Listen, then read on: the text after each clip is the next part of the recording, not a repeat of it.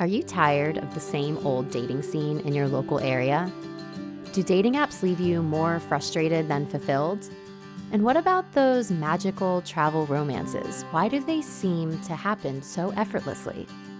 What if I told you the secret to falling in love is off the apps and into the wide expanse of the world? This month, we're bringing you our Passport to Love series, an exciting collection of stories from around the globe where travelers found love in the most unexpected places. Stay tuned. Love and adventure awaits. Hi, I'm Kelly Tolliday, founder of Transform with Travel, and your trusted guide to life-changing adventures. Here, we help you dream big, plan smarter, and embark on your next journey without stress or overwhelm. This isn't just about booking trips. It's about reimagining what's possible for yourself, one adventure at a time. Today, we're bringing you one step closer to your greatest travel dreams. So buckle up because we are about to take off.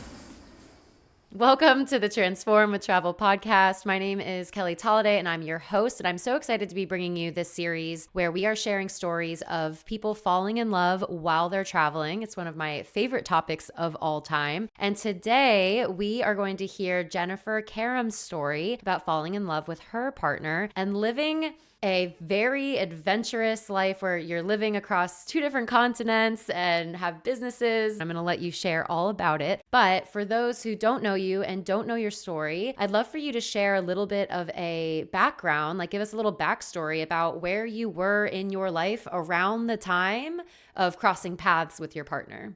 Yeah, definitely. And also, thank you, Kelly, for inviting me on this podcast. I feel honored to be here and I'm really excited. Yeah, at the time, I was in a really transient place in my life, in a positive way, though. I'd lived in New York City for quite a long time and I love New York, but I felt like I just needed some time for myself. So I did this very eat, pray, love kind of thing. And I went backpacking for 6 months. So I was in Australia and Southeast Asia, Vietnam, Cambodia, Laos.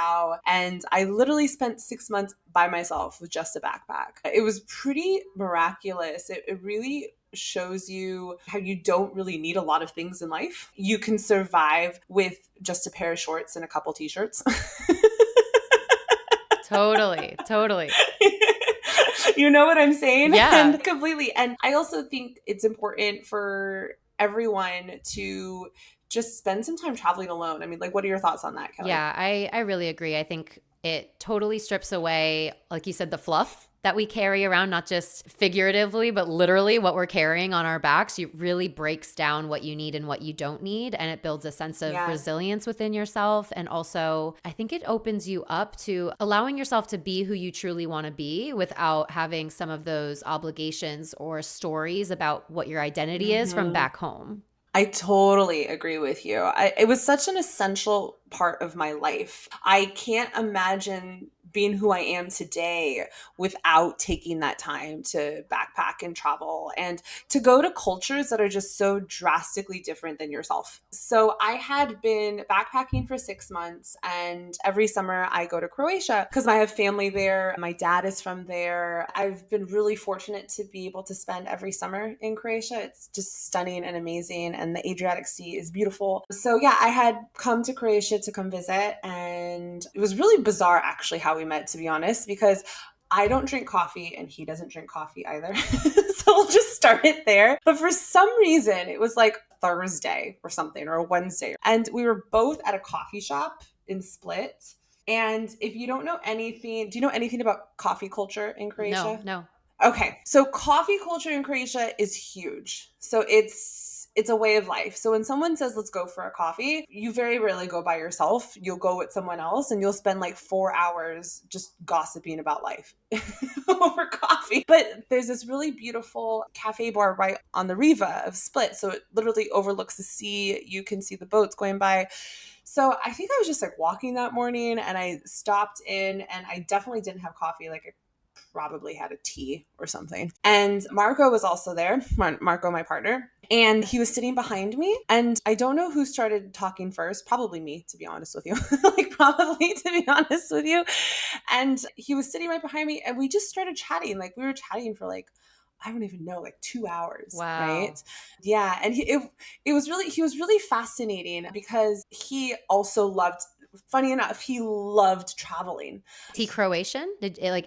is Okay. Croatian. He And is from Croatian Split? and from Okay. Split, correct. But I didn't know that he was from Croatia because just the way he communicated. I mean, he had, spent months living, basically traveling, living in Thailand, and he's been to South America, he's been to Africa, and he goes for months at a time. Like he goes for 3-4 months every single year. So, which is not a very like normal, I guess, habit of Croatians, like I think because their country is so beautiful, they just like they're just so content staying there. So I didn't know he was Croatian. And at the end of the meal, he turns to the waiter and he says, "Prosite konobar, molim vas dajte mi račun," which in Croatian says, "Hey, would you please give me a check?" And I looked at him and I was like, wait a minute. Are you Croatian? He's like, yes. And I was like, oh God. I was like, well, my dad's Croatian. And it was just like this like really shocking moment. It was just like, oh my God. Yeah. So it was a really cool kind of experience because like I said, both of us didn't know we were Croatian, but we did bond over traveling. Like that's probably, not probably, was the whole reason we were talking for so long. Wow. I love that. And I love that oftentimes when I talk to people who have met their partner overseas, it starts off as just a casual, like you meet at a coffee shop and then it ends up in a 4-hour long conversation. What do you think about the act of traveling that helps you open up in that way to have those deeper conversations? Because I mean, I'm going to make assumptions here, but you were probably talking a lot deeper than you would on a normal first date in New York. So what do you think like allows for that? 100%. 100%, and I mean, I was single prior to that. And definitely prior to me backpacking, I was dating in New York City. And I think when you are traveling, especially, and just especially coming off of that high, like you just start to see the world in a different facet. You start to see like the interconnectivity between people, between cultures. And just like beautiful moments. I remember one moment during that trip when I was backpacking. I was in Laos and a bunch of kids were just playing, soccer, football. And I was in there playing with them. And then it was like really cool because their mother later on like invited me over for like some homemade soup. It's these little things that you really see that like we don't have many differences across from each other, across cultures. So I think at that time, especially, I was very open to communicating with anyone. And I think at the time in New York, I just didn't find anyone that was interesting enough because I don't think anyone had that same mentality as Marco did, who I also had now and at that time, which is a willingness to just like learn for yourself and learn about the world. Love is in the air, especially if you're out exploring the world with someone special. From sunsets in Italy to steamy nights in the mountains, Best Day Brewing is there to keep the romance brewing. With craft non-alcoholic beers that are chock full of flavor with none of the booze, Best Day Brewing supports your romantic getaways by keeping you present and energized for every moment along the way. For Valentine's Day and every day, raise a glass to hoppy endings. Learn more and shop at bestdaybrewing.com or at bestdaybrewing on Instagram. Cheers to your best day yet.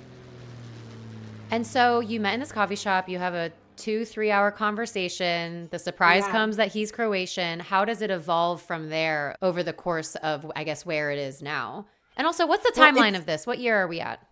so we're in like 2016. Okay. All right. Yeah.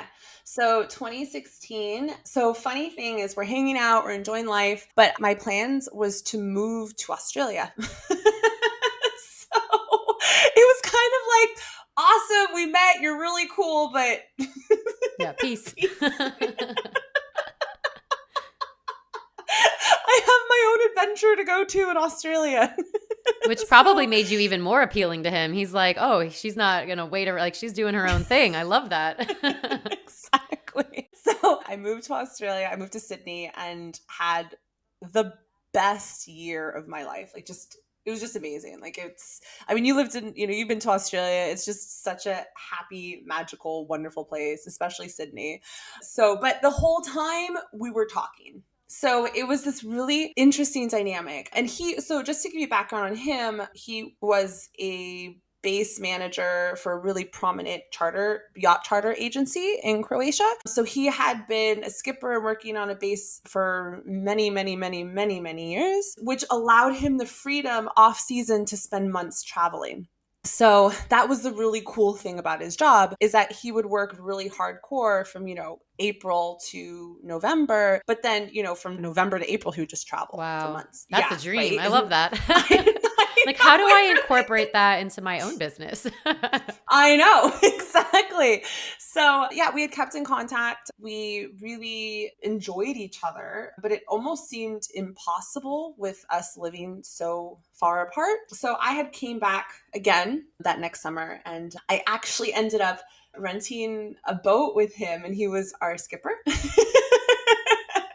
So it was like me and my sister and some really good friends of mine. And we just like fell in love. We just completely and utterly fell in love. And it came to this moment of like, okay, well, you living in Australia seems a little bit intense, as I'm sure you know. Mm-hmm. Like from Croatia to Australia is a 14-hour time difference, Mm-hmm. I believe. And so we actually, our business was a way for us to be together. So our business was born from us trying to figure out a way how to be in a relationship together, which is a very unique Very situation. unique. Usually all the I advice know. out there is like, don't go into business with a partner, with a girlfriend or a boyfriend. I know. No, it's the only reason why we stayed together was because he had been working in the yachting industry. I wanted to basically be able to come to Croatia for my whole life and spend, 6 months a year. But when you're out of your 20s and you need to work, you can't, you need a job. Yes. So they say. They So say. they say. Apparently, you can't just backpack your whole Apparently. life. Hey, I have some friends who will tell you can just backpack your whole life. But just to back it Apparently. up a step, so you lived for a year in Australia. Were you trying to extend that time, or did you decide during that year, like, okay, we're gonna give this relationship a go, and I'm gonna move back to Croatia? What was that kind of decision for you? I actually had no intentions to live Australia when I was in Australia. It was really me coming to Croatia and falling in, like really truly falling for this person and realizing I didn't want to lose this opportunity. He is such a beautiful person. And I mean, look, relationships are they're always, there's always ebbs and flows, right? But he's such an amazing person and he really drives me to become a better person and we complement each other. Like what I do and what he does, we're completely different, 100% different humans, but we really just totally work. And I had to decide basically if I wanted to be in this relationship, I needed to be somewhere that was closer.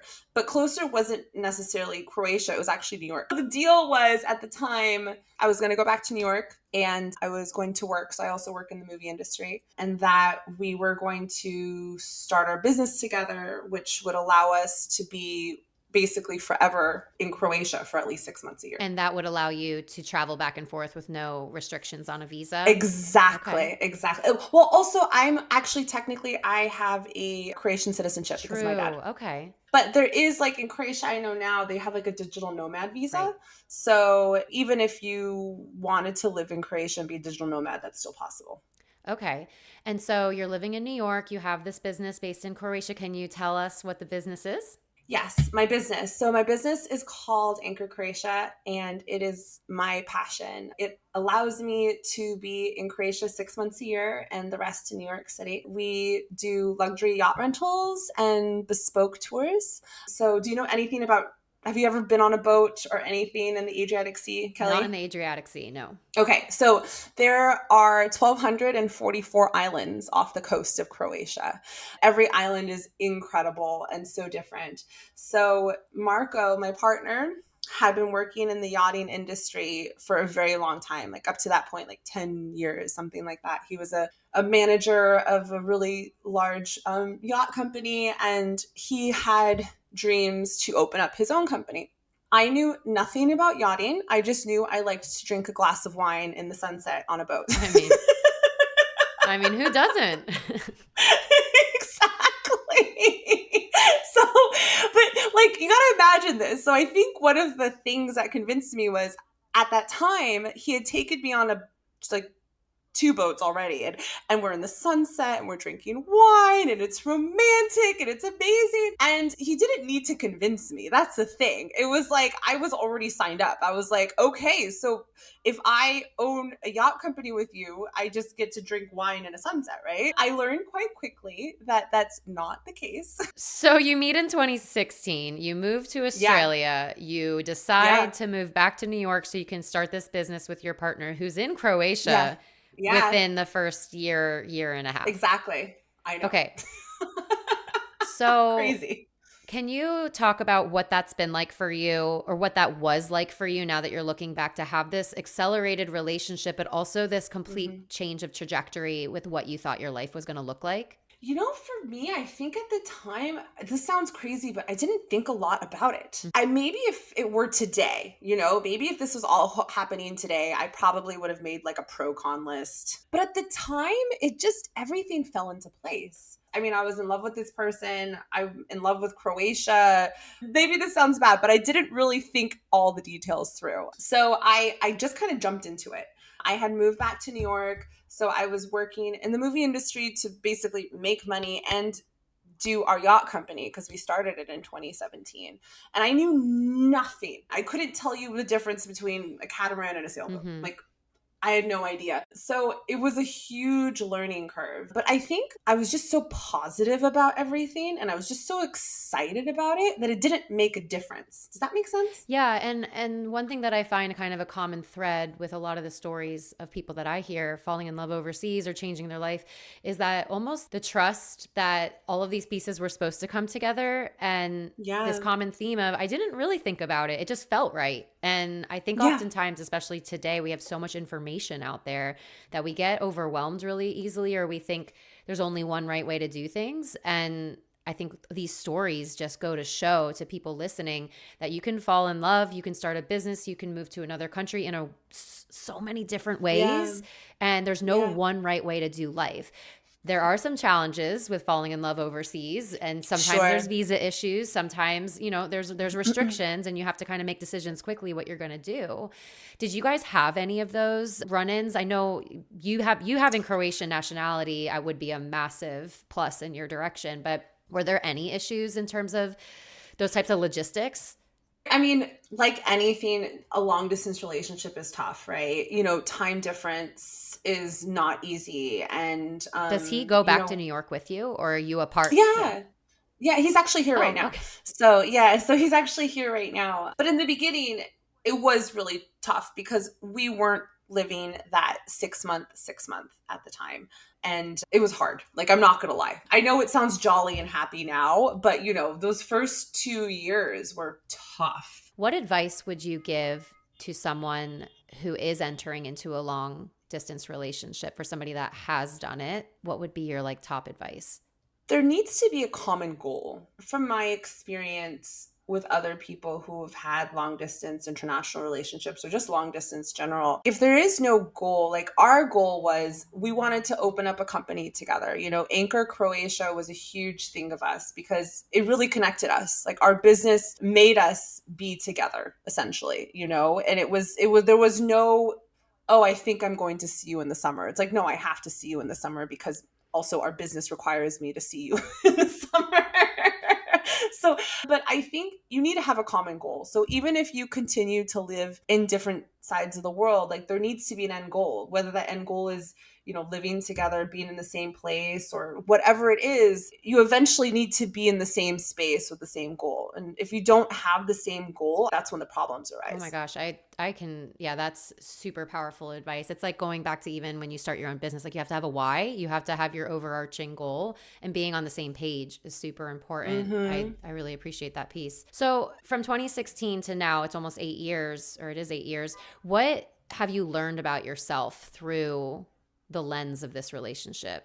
Honestly, that anything is possible. There's so many times in life that you want to give up on your career or job or anything. But I think this relationship taught me that, like, even through those hard moments, you just got to keep pushing through. Going back to like your goal, like, if you really believe in what you want in life, then you really can accomplish it, like, you can do it. It's just, you just have to push through. Like, life is not easy. I'm such a different person than that girl who thought riding on a yacht was a glass of wine. I now realize that owning a yacht company is not easy, and I own a sailboat is not easy, and owning boats is not easy. Pre-season, I'm sanding the boats with my partner, especially like Croatia right now. There's a problem with finding good employees and stuff. So sometimes it's just easier to get your own hands dirty. None of it is easy in terms of a company. And I think I learned that through the lens of my relationship, where it was like, if you really want to do something in life and you really believe in it, you got to go through the muck, you know? Yeah. Yeah. The muck is, that's why I wear this lotus necklace. If anyone can see watching YouTube, I've had this lotus necklace on since 2017. I really haven't taken it off. And it's just that reminder that sometimes life can be tough and you have to, like you said, you have to persevere. You have to keep going one foot at a time, or like Dory, just keep swimming. And in the lens of a cross-cultural relationship, that really couldn't be any truer if you're dealing with visa restrictions or long distance or whatever it might be. If you could describe your relationship in one word, what would it be? So many words. Adventurous. Yeah. Yeah. And if you thought back to Adventurous. that girl who left to go backpacking for 6 months and the relationship that you dreamed up in your mind for your life, how do you think that matches up to what you have now? I'm so happy. like when I left New York, like I'm back in New York now, but when I left New York the first time, I said goodbye. But I came back to New York with such a different perspective in life. I realized that it wasn't New York that was the problem. It was me. It was how I was looking at life. It was how I was just like, I literally thought I had it's like almost like I changed a pair of goggles off and I just got a prescription that actually worked for me. And now I love New York. I love it. Look, there's love and hate relationships for everything, but I love New York, and I hold myself to a higher value. And once again, I really do think it goes back to traveling, to be honest with you. Mm. Thank you so much, and thank you for sharing your story. We'll have to get your partner on for part 2 and hear his side of it. I was just thinking, one last question, I guess, before we wrap up. I always like to think about the family in the situation. Families Mm-hmm. also play a massive part in this. I mean, I hit the in-law jackpot. My husband's family is incredible, and my husband also seamlessly fit into my family. But I often hear a lot of stories of, especially when it's wildly different traditions and cultures, that sometimes there can be a little bit of butting heads, I guess. How do you think Mm-hmm. having that Croatian nationality, like what was your family's receptivity to having your partner involved in your life and growing this business with him? Yeah, I mean, I think I have a little bit of a benefit because my dad's Croatian. So he was quite happy for me to be dating I'm someone from sure. Croatia. I think my mom was worried that I was going to move to Croatia forever, which makes sense, like no mothers want to be super far from their children. But I think the way that we created our life, it makes sense because for example, I'm not going to spend Christmas with him, which is, it's not awesome, but he came here before Christmas to like do the Christmas feeling and everything like that. And he's going to be Christmas at his house and I'm going to be Christmas at my house. Years prior, we spent it together. There are sacrifices you have to make. For anyone who wants to do a long distance relationship, you just have to realize that you're going to have more sacrifices in a normal relationship. And that's normal. And you just have to see what makes sense for you too. And also recognizing that, yes, there are sacrifices, but there's potentially the greatest adventure and the greatest love you can ever imagine. So it's like you said, Yeah, it's what your goal is and it's what you want out of exactly. life. Thank you so much for sharing your story. I would love for people to connect with you online, either through Anchor Croatia or with you personally. What's the best way for people to say hi? Yeah, I think Anchor Croatia. So, I have my Instagram. It's the Anchor ANCHOR Croatia. So you can do on Instagram. We also have Facebook, but Instagram's fun because I post a lot of like personal me adventures on Anchor Croatia. So you're not just getting boats and yachts, like you're getting like life in Croatia. Which is a really added benefit to working with somebody like yourself to create bespoke tours or sailing opportunities, because you're going to listen to what their goal is in their trip to Croatia. And you're going to be able to give them something really custom and unique because you live there, you're from there. So I love that. I can't wait to have my own adventure with you one day. I know. You got to come, Kelly. You got to come on one of my boats and hang out. It's on the list. We'll have that sunset experience together with a glass of wine. Yeah, we'll show you the nice things about having a yacht company. I won't make you sand anything. I would appreciate that. Thank you. Thank you so much for joining. Of course. Bye. And that's a wrap for today's episode. A huge thank you to our amazing sponsor, And Beyond, for supporting the Passport to Love series. If you're dreaming of a unique honeymoon, a romantic getaway, or even a destination wedding, And Beyond has been creating transformative experiences for over 30 years across Africa, Asia, South America, and beyond. Visit andbeyond.com for more information and stay tuned for the next episode in our Passport to Love series.